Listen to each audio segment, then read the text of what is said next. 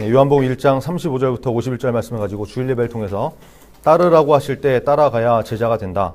따르라고 하실 때 따라가야 제자가 된다라는 제목으로 하나님 말씀 증거하겠습니다. 요한복음 네 번째 시간입니다. 지난 시간에 우리가 예수님의 탄생을 살펴봤죠. 그리고 또 세례 요한에게 친히 세례를 받으셨던 예수님과 예수님의 여러 가지 모습을 통해서 예수님이 얼마나 겸손하신 분인지 우리가 살펴봤었죠. 그래서 예수 믿는 것은 지읒에서 시옷으로 변화되는 사람, 그죠? 남을 나보다 낮게 여기는, 깔보는 사람에서 남을 나보다 낮게 여기는, 높게 보는 그런 사람으로 변화되는 것이라고 말씀드렸습니다. 여러분 한 주간 우리가 말씀을 듣고 좀 이렇게 겸손의 연습을 하자고 이렇게 얘기를 했는데 다들 해보셨는지 모르겠네요. 여러분 말씀을 들으면 잘 듣는 것도 중요하지만 하나라도 그대로 사는 것이 참 중요합니다. 요한복음 1장 14장 23절에 예수님이 이렇게 말씀하시죠. 사람이 나를 사랑하면 내 말을 지키리니. 그죠? 예수님을 사랑하면 사랑하는 사람은 말씀을 지키게 되어 있다는 것입니다. 지키려고 노력하고 잘 안 돼도 한번 해보고 그렇게 살게 되어 있다는 거예요. 적어도 말씀을 들었으면 못 들은 척하고 무시하고 씹고 이런 인생이 되지는 않겠죠. 예수님을 사랑한다 그러면. 여러분 말씀을 들었으면 그대로 살려고 애쓰고 노력하는 저와 여러분이 되기를 간절히 바랍니다. 지난주 말씀에 대한 적용이 또 하나 있었죠. 우리가 예수님처럼 겸손한 사람이 되면 겸손하신 예수님이 십자가를 통해서 우리를 살리신 것처럼 우리도 영혼을 귀하게 여기는 사람이 된다. 그래서 복음을 증거하는, 전도하는 사람이 된다고 말씀드렸죠. 이제 1학기가 이제 다 끝나가고 있는데 전도에도 힘쓸 수 있는 그런 중고등부가 다 됐으면 좋겠습니다. 자, 오늘은 그 다음에 나오는 말씀인데요. 이 말씀 이렇게 차례대로 쭉 보죠. 세례 요한이 자기 제자들 2명하고 이렇게 같이 있는데 예수님이 지나가시는 것을 이렇게 봤습니다. 그때 세례 요한이 이렇게 말하는 거죠. 봐라, 하나님의 어린 양이시다. 여러분 왜 예수님을 하나님의 어린 양이다라고 이렇게 표현했을까요? 구약에서 제사를 드릴 때, 하나님께 제사를 드릴 때 제사는 빈손으로 드리는 것이 아니라 반드시 제물이 있어야 됐거든요. 사람이 지은 죄를 용서해달라는 제사를 드리면서 어린 양을, 특별히 어린 양을 잡아서 죽여서 제물로 드리는 그런 일들이 있었어요. 그러니까 뭐예요? 예수님은 우리 모든 사람의 죄를 대신 짊어지고 십자가에 달려 죽으셨잖아요. 로마서 6장 23절에 죄의 삭은 사망이라고, 죄값은 죽음이라고 이렇게 말씀하셨는데 우리의 죄를 용서하시기 위해서 예수님이 대신 죽으시고 죄값을 대신 치르시는데, 그래서 지금 세례 요한이 예수님은 하나님의 어린 양이다 라고 이렇게 표현하는 거죠. 지금 그걸 얘기하는 거예요. 그냥 세례 요한이 되는 대로 뭐 이렇게 농담조로 이렇게 말한 것이 아니라 그런 뜻이 담겨 있는 거예요. 여러분 세례 요한이 이렇게 말하니까 그 얘기를 듣고 요한의 두 제자가 요한을 놔두고 예수님을 따라갑니다. 자, 보세요. 요한이 키워놓은 제자 2명이 그동안 스승으로 모셨던 요한을 버리고 예수님을 따라가요. 이것을 통해서 한 두 가지를 발견할 수 있는데, 하나는 세례 요한이라는 사람이 자기를 뭐라고 표현했었어요?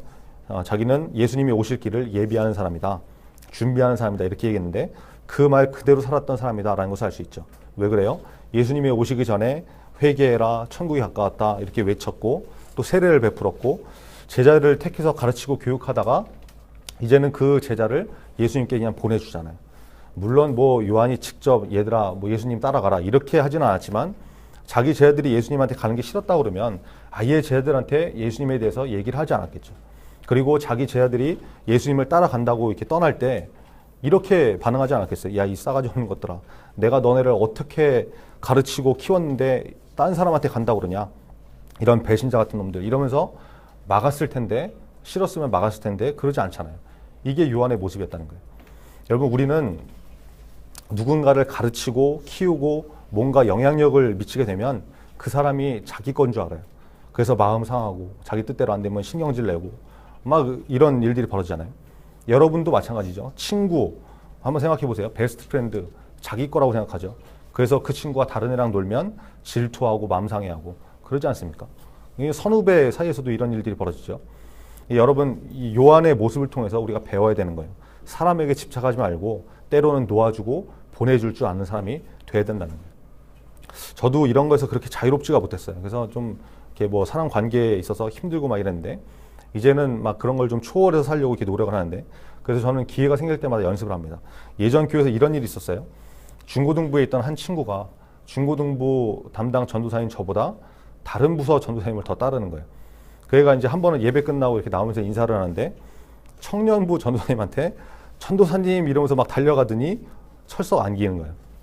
더 웃긴 거는 저한테는 그냥 악수만 하고 이렇게 지나가는 거예요. 참 어처구니가 없는 거죠. 그래서 제가 왜 저러나, 정신 나갔나, 미쳤나 막 별 생각을 다 했는데, 청년부 전사님이 저보다 잘생긴 것도 아니고 인간성이 좋은 것도 아니고 이렇게 얘기하면 안 되겠죠.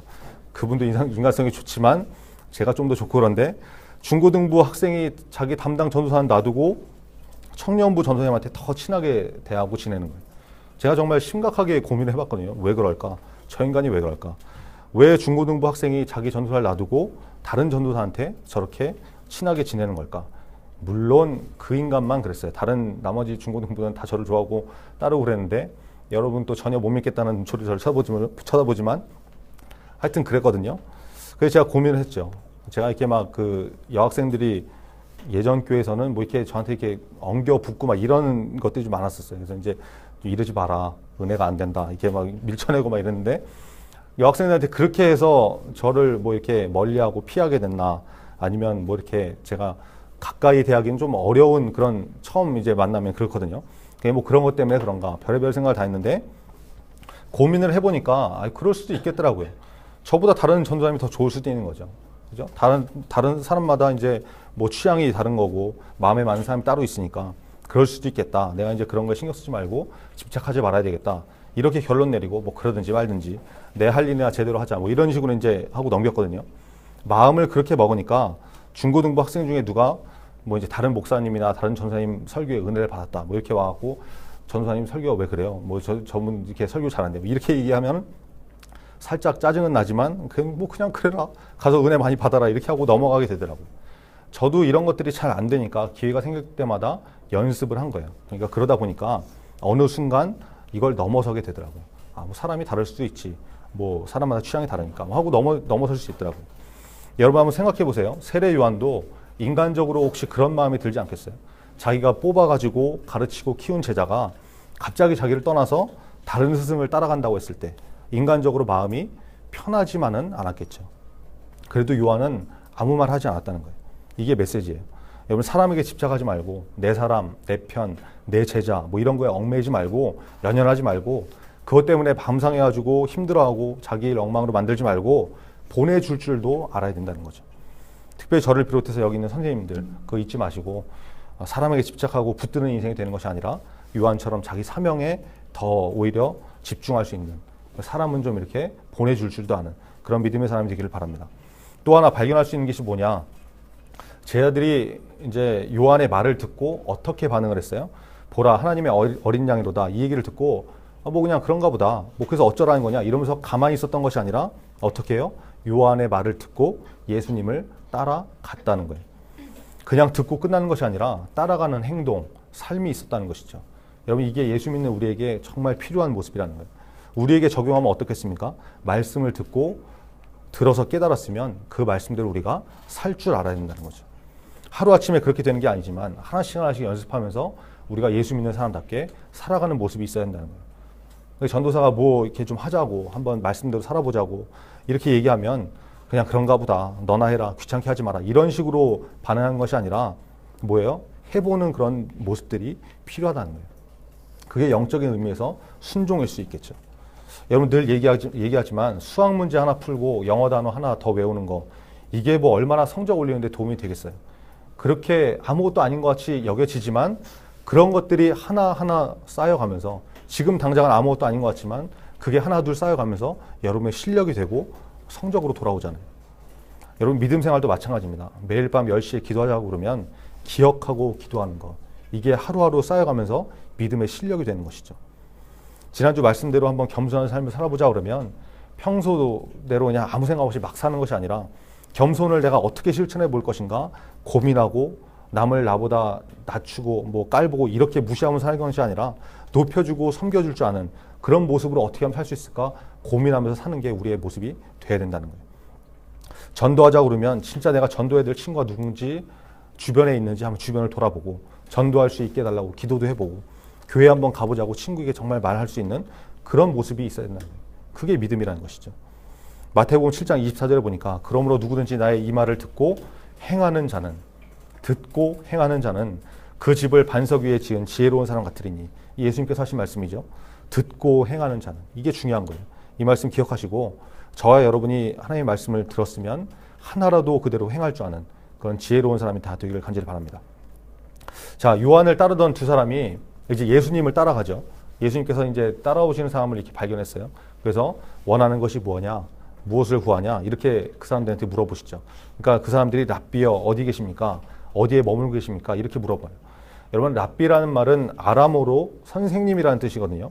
나의 큰 자 또는 뭐 존경할 님 뭐 이런 뜻인데 주로 상급자나 제자들이 이제 그 상급자를 부르거나 제자들이 스승을 부를 때 부르는 호칭이에요. 오늘 설교 메모칸에 상식으로 또 적혀 있죠. 구약 이제 성경이 기록된 언어가 있는데 구약은 이스라엘의 언어인 히브리어하고 그다음에 이제 오늘 지금 얘기한 아람어 요게 좀 섞여 있고 신약은 그리스의 헬라어하고 또 아람어가 이렇게 섞여 있어요. 이렇게 기록이 돼 있거든요. 그러니까 이 신약 성경에 랍비라는 아람어가 나오는 게 이제 그 성경 상식을 알면 이해가 되는 거죠. 자, 랍비여 어디 계십니까? 이렇게 물으니까 예수님께서 뭐라고 그러세요? 와 보라, 따라와서 봐라 이러시면서 그들과 같이 시간을 보내시죠. 이 사람들이 예수님께서 와 봐라 그랬을 때 어떻게 했습니까? 따라갔죠. 이게 중요하다는 거예요. 뒤에서 여러분 설명할 테니까 다시 좀 이렇게 기억해 놓으세요. 그 다음에 또 중요한 게 뭐냐면 예수님을 따라왔던 두 사람 중에 한 명이 누구냐? 40절에 나오죠. 시몬 베드로의 형제 안드레였다는 것입니다. 베드로와 안드레 할 때 그 안드레죠. 이 안드레가 여러분 예수님을 만난 다음에 했던 행동이 뭐냐면 베드로를 찾아가요. 이게 참 중요한 거예요. 안드레가 베드로를 찾아가서 베드로에게 예수님을 소개합니다. 메시아를 만났다고 그리스도를 만났다고 그러면서 그 베드로를 예수님께 데리고 나오죠. 전도한 것이죠. 여러분 두 가지 기억하세요. 와 봐라 했을 때 제자들이 따라갔고 가서 예수님 만난 다음에 어떻게 했어요? 형제인 베드로한테 가서 예수님을 소개하고 예수님께 데리고 나오는 그런 모습이 있었다는 거예요. 이제 계속 또 이제 말씀 볼게요. 자, 그 다음날 또 비슷한 일이 벌어지죠. 예수님이 갈릴리로 가시는데 중간에 누구를 만납니까? 43절에 보니까 빌립이라는 사람을 만나죠. 예수님이 빌립을 보시고 나를 따르라 이렇게 말씀하시는데 빌립이 어떻게 해요? 본문에는 직접 기록되어 있지 않지만 예수님을 이 사람도 따라가죠. 왜냐하면 이 빌립이 또 예수님의 제자가 되었거든요. 그러니까 베드로와 안드레, 야고보, 요한, 빌립과 바돌로메 할 때 여기서 나오는 빌립이 이 빌립이거든요. 그러니까 예수님을 따라갔으니까 이 사람이 제자가 된 것이죠. 자, 그런데 이 빌립이 예수님을 만난 다음에 예수님을 따라간 다음에 또 뭘 해요? 45절에 보니까 나다나엘이라는 사람을 찾아가서 예수님을 전했다라는 거예요. 이 나다나엘이라는 사람은 예수님의 제자인 바돌로메일 것이다. 같은 사람일 것이다. 이렇게 신학자들이 추정을 하는데 뭐 이제 몇 가지 이유가 있지만 그걸 뭐 설명하면 또 시간이 가니까 나중에 이제 뭐 설명하기로 하고 이렇게 넘어갑시다. 자, 빌립이 나다나엘을 예수님께로 데리고 옵니다. 그러니까 예수님이 하시는 말씀이 뭐라고 그러세요? 야, 여기 진짜 이스라엘 사람이 있구나. 이 사람에겐 거짓된 것이 하나도 없다. 이렇게 말씀하시죠. 나다나엘이 참 당황스러운 거죠. 처음 본 사람이 막 아는 척하니까 막 당황해가지고 어떻게 나를 아십니까? 이렇게 물어보니까 예수님이 뭐라고 하세요? 빌립이 너를 부르기 전에 내가 이미 너를 봤다. 무화과 나무 아래 있을 때 봤어. 이렇게 대답하시죠. 그랬더니 나다나엘이 갑자기 생뚱맞게 예수님께 고백하는 장면이 나와요. 랍비여, 당신은 하나님의 아들이시오 이스라엘의 왕이십니다. 이렇게 고백하는 겁니다. 이게 도대체 무슨 말인지 모르겠죠. 뭐 무화과 나무 아래 있었다는 게 뭐고 그게 어쨌다는 거야. 나다나의 대답은 또 갑자기 뭐 생뚱맞게 이게 뭐야 이렇게 생각할 텐데 여기에 대해서 한번 설명을 해줄게요. 여러분 이스라엘 사람들은 엄청 더운 나라에 살잖아요. 근데 우리나라하고 좀 달리 습기가 거기는 굉장히 적기 때문에 건조하기 때문에 더워도 그늘진 곳에 있으면 생각보다 굉장히 시원하대요. 습기가 없기 때문에 끈적거리지 않는 거죠. 그런데 이제 무화과 나무라는 곳은 무화과 나무 아래라는 곳은 어떤 장소냐면 그늘이 지는 곳이잖아요. 그러니까 더운 날씨에 선풍기나 에어컨을 틀어놓은 것처럼 시원한 장소라는 거예요.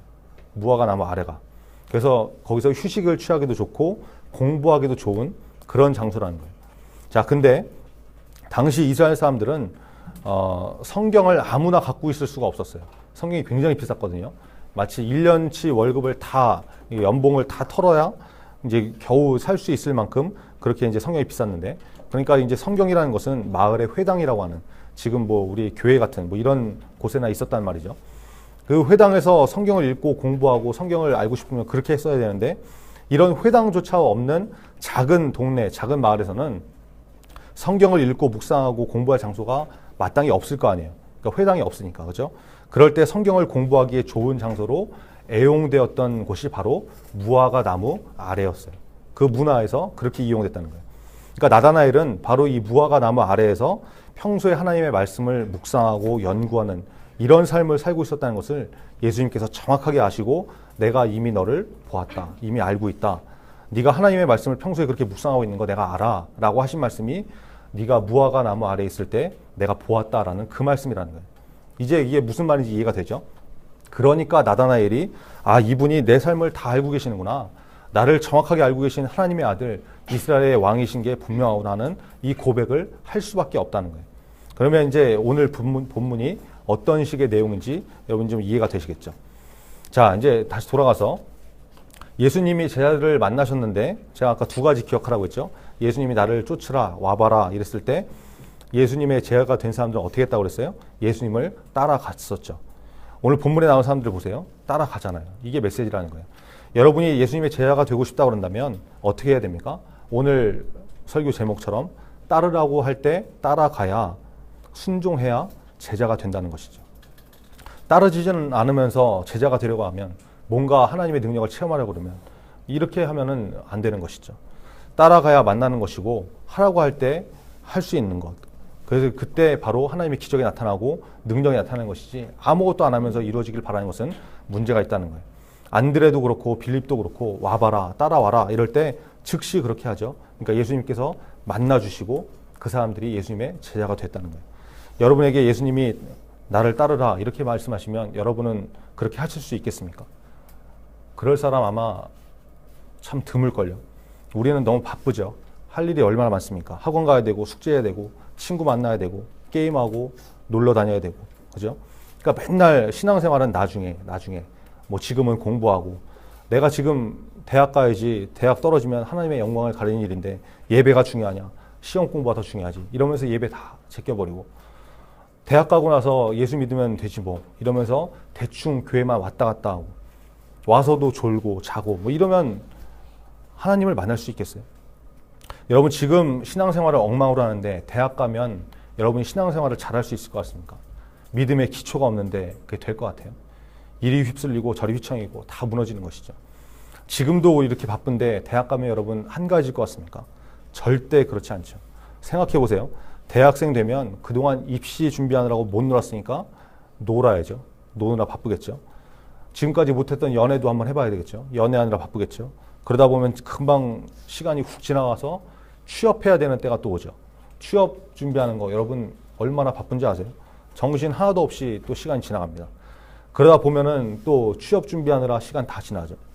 하나님 이 회사 합격만 시켜주면 내가 열심히 신앙생활 할게요.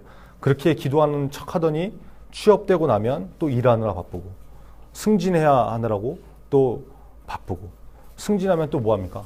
여러분 나이 찼으니까 또 결혼해야 될 거 아니에요. 결혼하느라 또 바쁘고 그죠? 결혼하면 또 시간이 어떻게 가요? 또 금방 지나가죠. 그러면서 또 애 낳아야죠. 애 낳으면 애 키우고 공부시켜야죠. 계속 얘기할까요? 늙어 죽을 때까지? 안 되는 거예요. 안 되는 거. 그러면 여러분 예수님은 언제 믿을 것입니까? 우리가 그렇게 살다가 늙어 죽는 게 인생이 될 수 있다는 거예요. 우리 다 속고 있는 것이죠. 예수 믿는 게 시간 나면 여유 나면 할 일입니까? 교회 다니는 게 취미 생활입니까? 누가 여러분 그따위로 신앙생활을 하고 있습니까? 다 속고 있는 것이죠. 정신 차려야 하나님 제대로 믿을 수 있는 거예요. 여러분 하나님이 우리에게 말씀을 주시는 것은 지금 필요한 말씀이기 때문에 지금 주시는 거예요. 지금 들어야 되고 지금 깨달아야 되고 지금 내가 순종을 해야 되기 때문에 그 말씀을 지금 주시는 것이죠. 10년 뒤 20년 뒤에 순종해도 될 말씀이라고 그러면 하나님께서 왜 굳이 지금 말씀을 주시겠어요? 나중에 주시면 되지. 그렇지 않아요? 여러분에게 주시는 말씀이 있으면 지금 바로 듣고 깨닫고 순종해야 되는 거예요. 말씀을 들었을 때 다음에 순종하겠다는 말은 안 하겠다는 말과 똑같은 것입니다. 나중에 하지 뭐 이런 개념이 아니라는 거예요. 안 하겠다는 것이죠. 여러분 그래서 신앙생활은 뒤로 미루면 안 됩니다. 제 아들 보세요. 따르라 했을 때 즉시 따랐다는 거.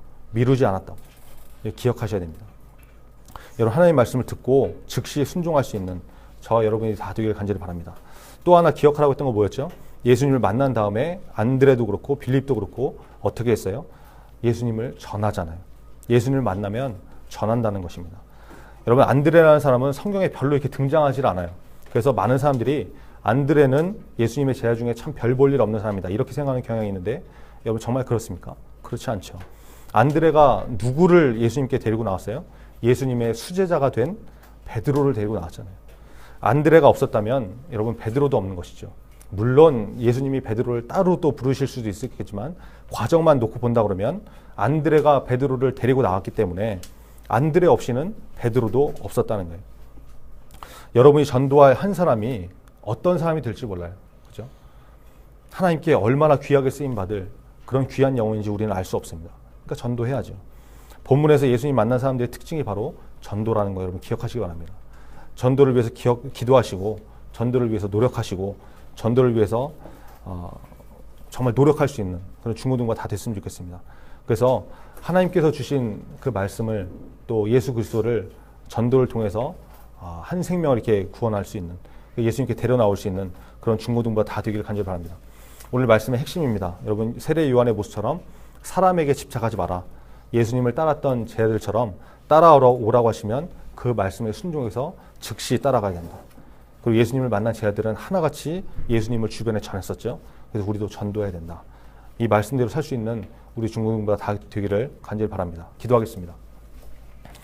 오늘 말씀 기억하시면서 하나님 내가 세례 요한처럼 사람에게 집착하지 않게 하시고 주님께서 따라오라고 하시면 따라갈 수 있는 그런 믿음을 허락하여 주옵소서. 예수님을 만나면 전도하는 사람이 된다고 그러는데 나도 주님을 먼저 만나게 하시고 내가 만난 예수님을 다른 이에게 전할 수 있는 그런 전도의 사람 다 되게 달라고 우리 말씀 기억하면서 같이 기도하겠습니다. 아버지 하나님 감사합니다. 주님 붙잡아 주옵소서.